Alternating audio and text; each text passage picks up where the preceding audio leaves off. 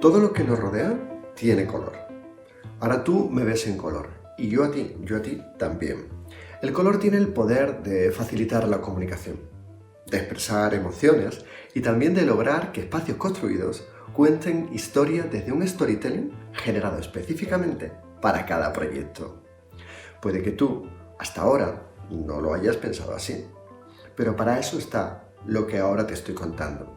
Para facilitarte el mirar más allá de un color sin más, de un tono o un matiz, para reconocer que el color tiene poder, que el color puede diferenciarte también de tu competencia, así como conseguir destacarte a ti y a tu proyecto. Anuska Menéndez es la profesional del color que comparte con nosotros toda una serie de experiencias sobre el color y su poder. Ella, Anuska, es periodista y especialista en storytelling, así como en conceptos aplicados a espacios y productos. Además, también fue responsable del Departamento de Diseño y Tendencias del IDI, el Instituto de Innovación Empresarial de les Illes Balears. Aparte, durante años, también responsable de colores y materiales de la empresa mallorquina e internacional de calzado, Camper. Además, Anuska Menéndez ha participado durante años como miembro activo en el grupo de trabajo internacional CMG, el Color Marketing Group. Sí, a ver, ¿qué es color? Qué pregunta más difícil. Yo creo que color es un lenguaje, entre otras cosas. Es un conjunto de sensaciones, ¿vale? Y yo siempre comparo el color con las notas musicales.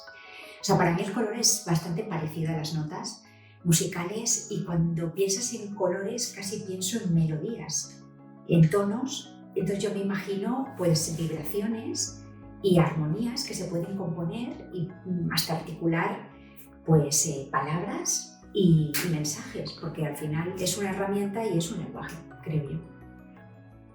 Pues la verdad es que el color es algo que está presente a nuestro alrededor en casi todo, desde lo más pequeñito que usamos por la mañana cuando vamos a utilizar una cafetera. Hay alguien que está detrás de esa cafetera pensando en el color que va a tener.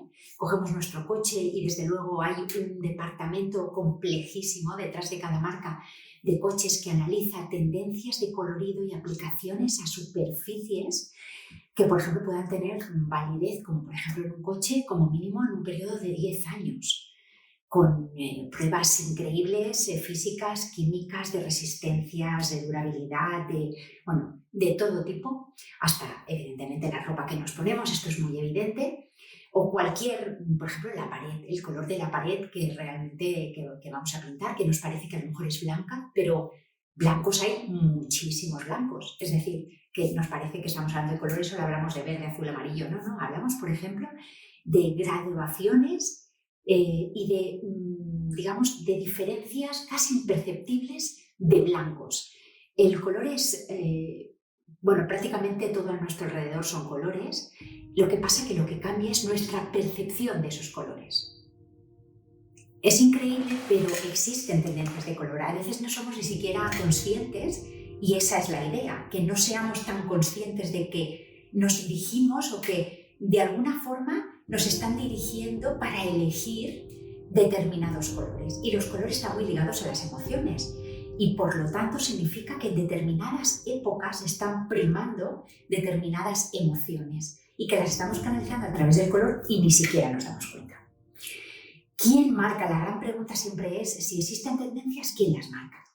¿Quién está detrás de todos esos colores direccionales que de hecho acabamos usando y acaban configurando pues nuestro día a día y nos están influenciando, lo más importante? Bueno, la verdad es que esa sería una pregunta compleja porque hay mucha gente detrás que se dedica, muchos institutos, empresas que se dedican a la predicción de colores y por lo tanto están estableciendo colores y direcciones de color en el mercado.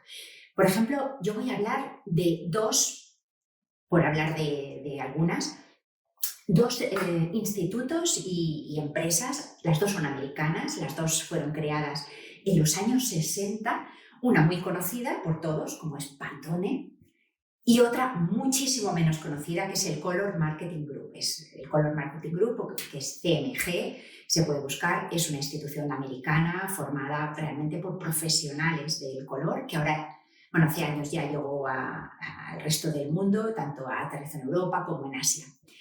Ambos se dedican también a hacer predicciones y a hacer esas predicciones de colorido que nos influenciará en el plazo de 2 o 5 años.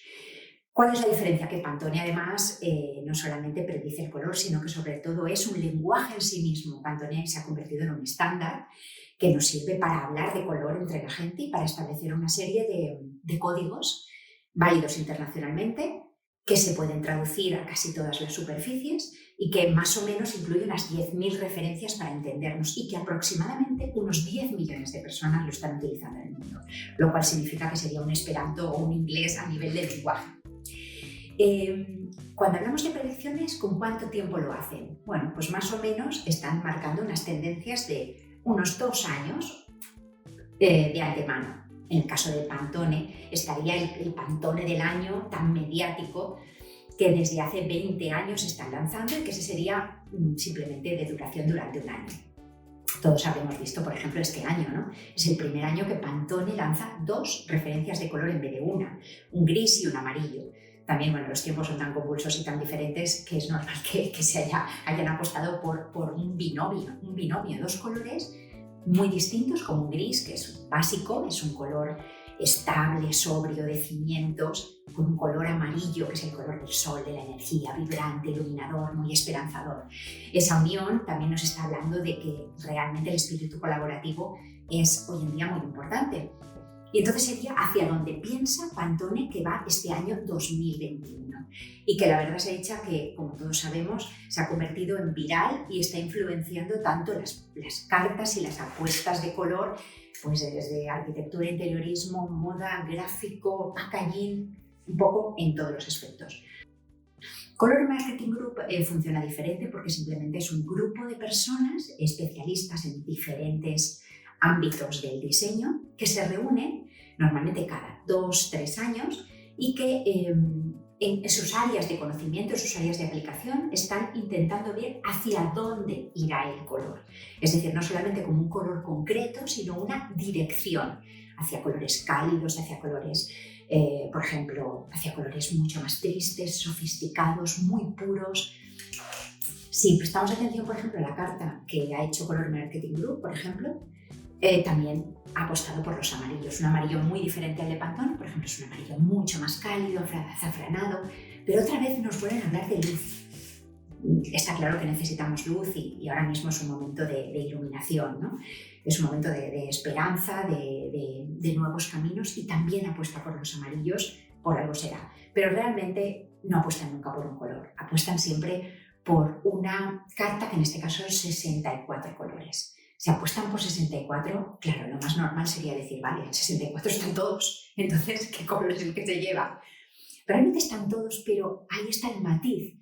¿Qué tono de gris? ¿Qué tono de azul? ¿Qué tono de rojo? Porque el color al final, si lo vamos a utilizar en cualquier campo, tiene que estar diversificado. Entonces, por ejemplo, ahora vemos cuál sería la tendencia de colorido actual. ¿Hacia dónde van los colores? La respuesta sería hacia colores complicados, hacia colores que no se pueden explicar con una sola palabra. A colores que son mezclas de muchos colores. Por ejemplo, si decimos qué verde se lleva, sería un verde con tendencia grisácea, con un tono, digamos, un poco amarillento. O sea, son colores complejos, creados en muchas capas, porque digamos que la situación actual requiere también análisis y matices para consumidores bastante más iniciados, por así decirlo. O sea que realmente que es una contestación es una pregunta no muy fácil. Un consejo para utilizar el color, por ejemplo, ahora que estamos ¿no? que estamos hablando de interiorismo, estamos hablando de arquitectura, estamos hablando de habitabilidad, de espacios tanto públicos como privados en los que aplicamos el color, llámese paredes, llámese mobiliario, revestimientos. Cómo utilizar esa herramienta poderosa y emocional que es el color para convertirlo en una oportunidad incluso comercial, ¿no? Yo creo que lo más importante siempre es intentar averiguar qué es lo que busca el cliente, qué es lo que quiere en su vivienda, en su negocio, qué es lo que quiere comunicar, qué es lo que quiere transmitir. Si averiguamos eso, esa información la podemos traducir en colores. Por otra parte, tenemos lo que hemos hablado, tenemos de las tendencias de mercado, hacia dónde van esas direcciones de color. Si lo mezclamos las necesidades del cliente, ese objetivo que tiene, con las direcciones que existen en el mercado, las cruzamos y al final podemos hacer una propuesta, digamos, inteligente y enfocada del color para que comunique, para que ese interior, sin haber prácticamente nada más, te esté ya dando un mensaje.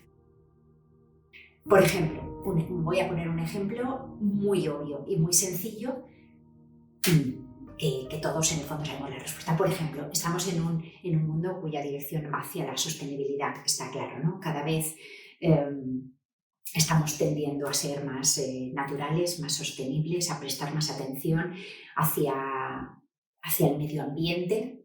Eso sabemos que es una tendencia de mercado, es una realidad del mundo, que no solamente en colorido se reinterpreta como en cualquier herramienta de marketing y de comunicación.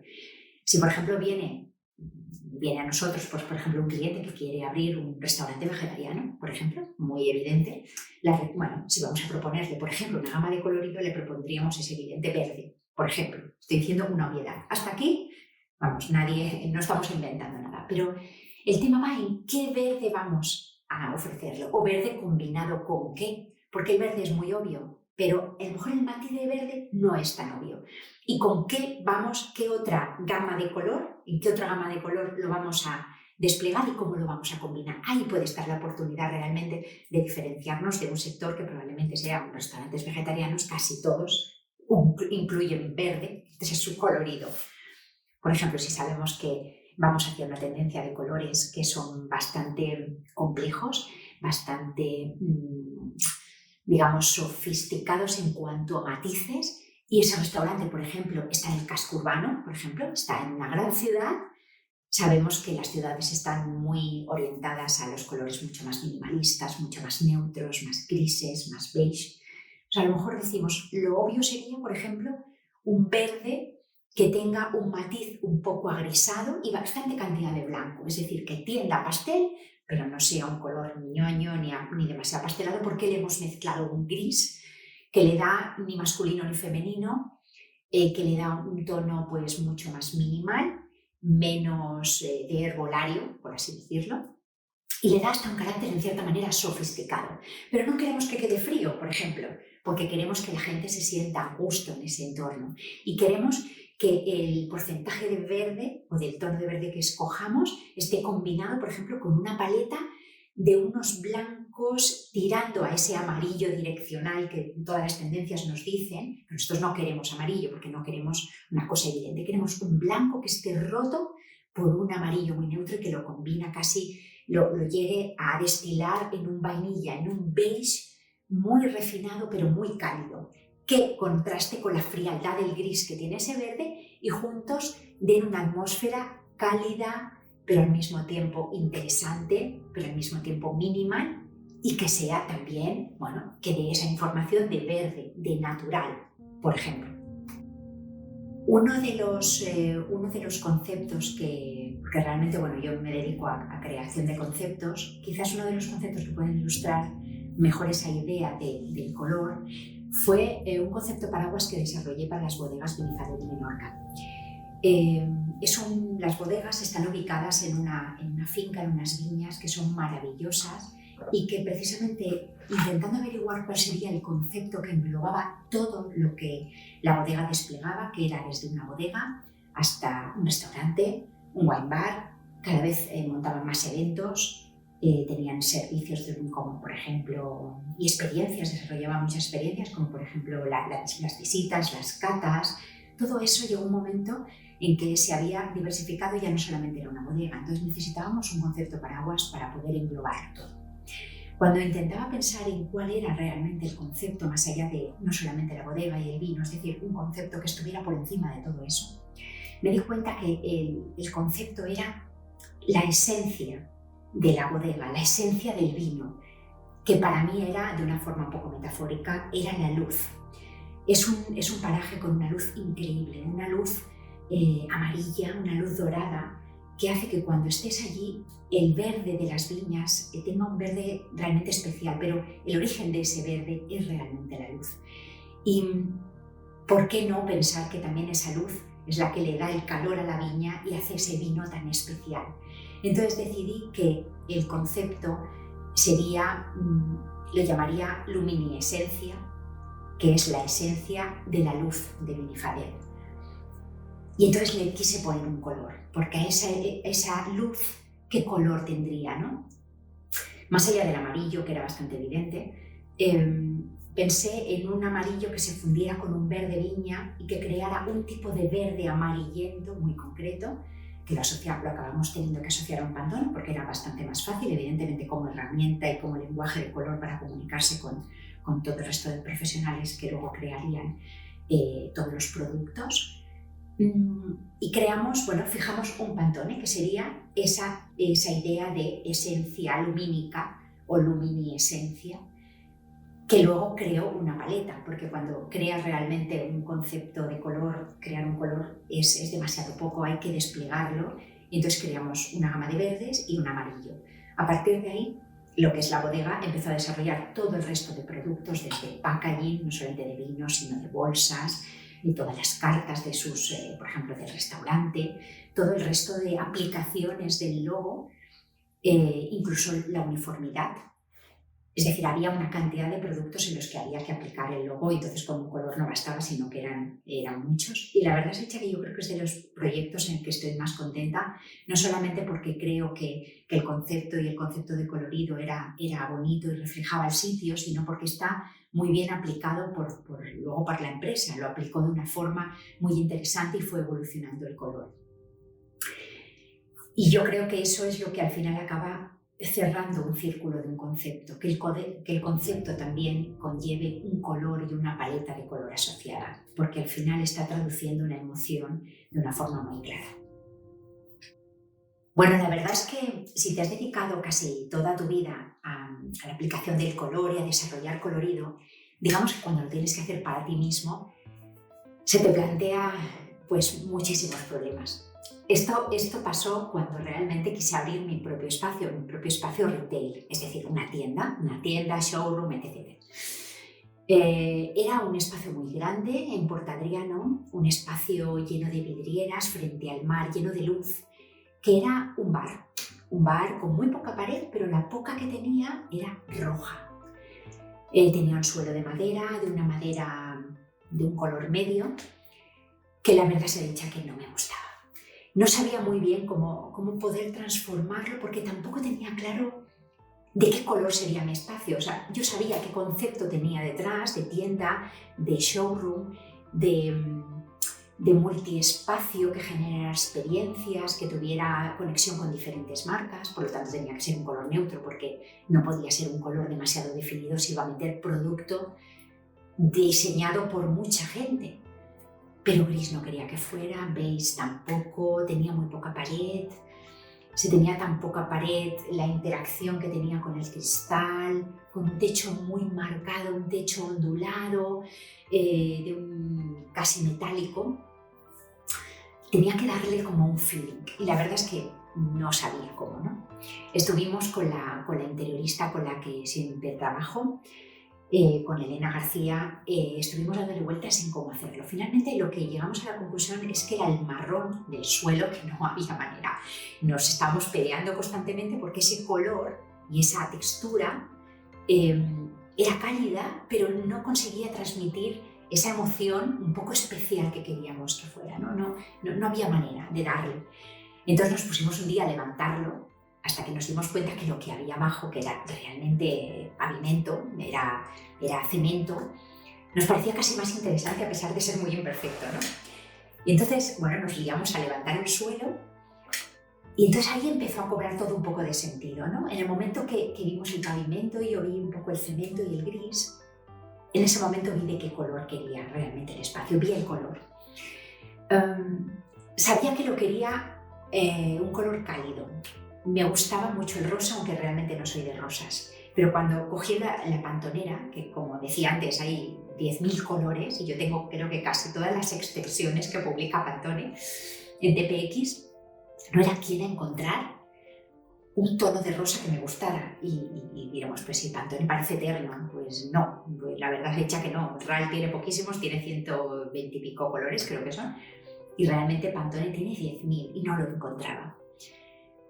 Al final llegué a la conclusión de que quería un rosa que estuviera mezclado con un marrón, quería un rosa terroso, quería la mezcla entre un ladrillo, que me encanta ese color tan de tierra, pero no quería que fuera tan natural como los marrones, quería que fuera algo más sofisticado, pero lo quería neutro.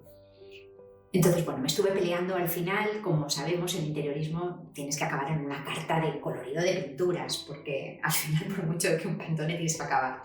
Y gracias a Elena me dio una carta de pintura maravillosa, de pintura de pared, que creo que siempre voy a utilizar esa. Y de repente vi un color que era maravilloso. Era un color, no sabía si veías rosa o si veías marrón.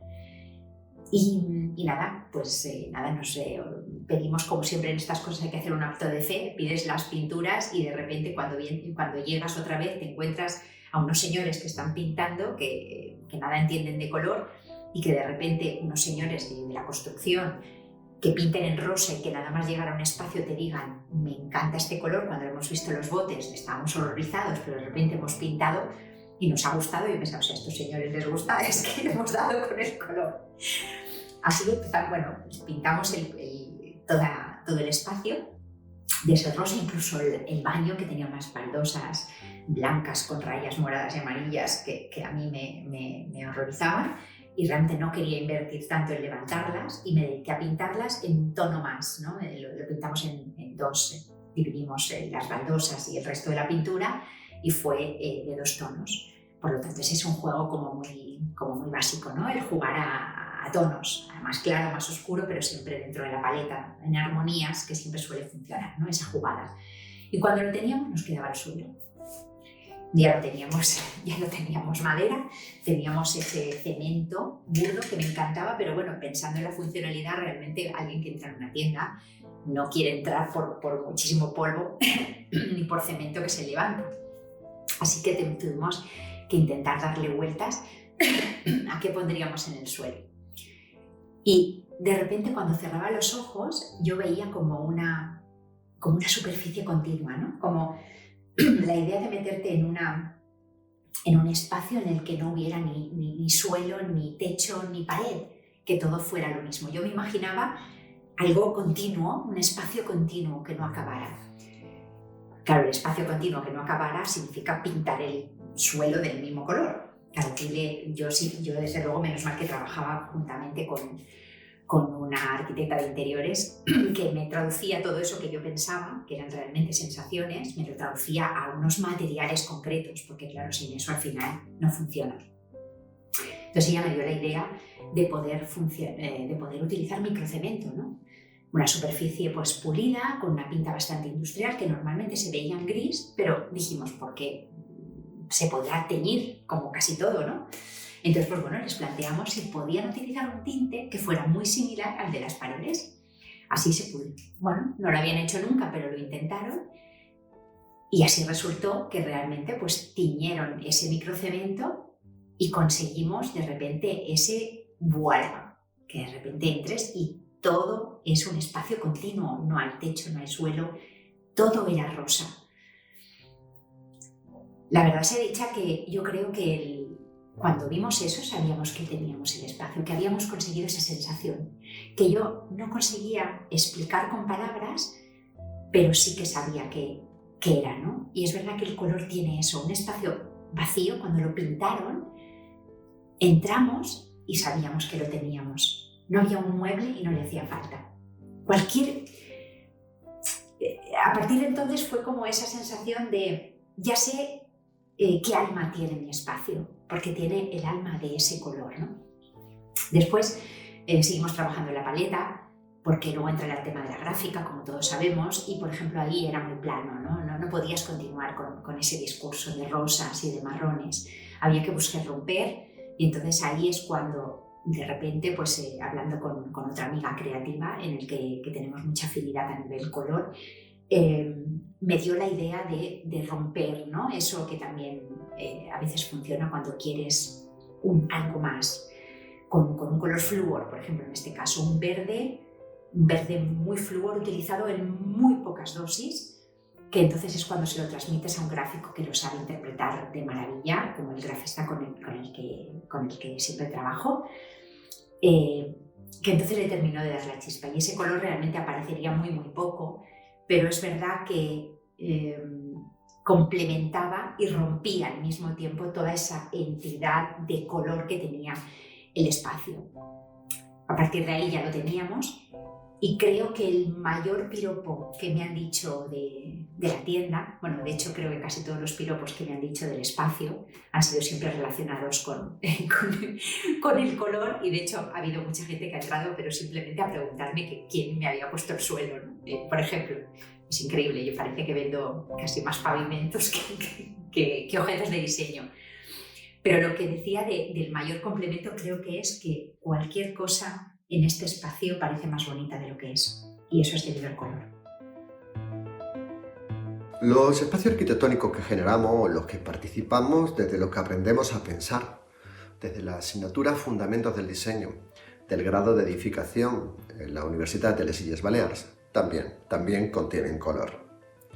En todo lo que acabamos de seguir aprendiendo y viendo también cómo pensarlo de otra forma más abierta, contemporánea, compartida y actual, hemos conocido mucho más allá sobre el poder del color. Mira, como profesor titular de universidad en el área de expresión gráfica arquitectónica, en la Universitat de les Illes Balears, te invito a seguir abriendo tu mirada más allá de lo que siempre habías pensado. El color, el poder del color, no solo facilita una mayor y mejor apertura de mente en cuanto a la observación, sino que además te refuerza como profesional. Por cierto, tanto si eres estudiante o profesional matriculado en nuestra materia como si no, ¿verdad que tras estos minutos has conocido una nueva forma de ver y atender todo lo que puedes llegar a lograr a conseguir a través del poder del color? Algo que sobre todo es clave en el desarrollo de los resultados y la proyección tuya como profesional.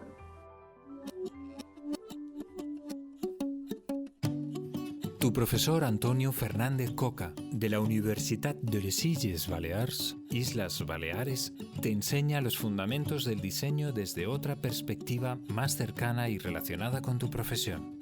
Más información sobre este y otros temas formativos desde su cuenta de Twitter, @FernándezCoca.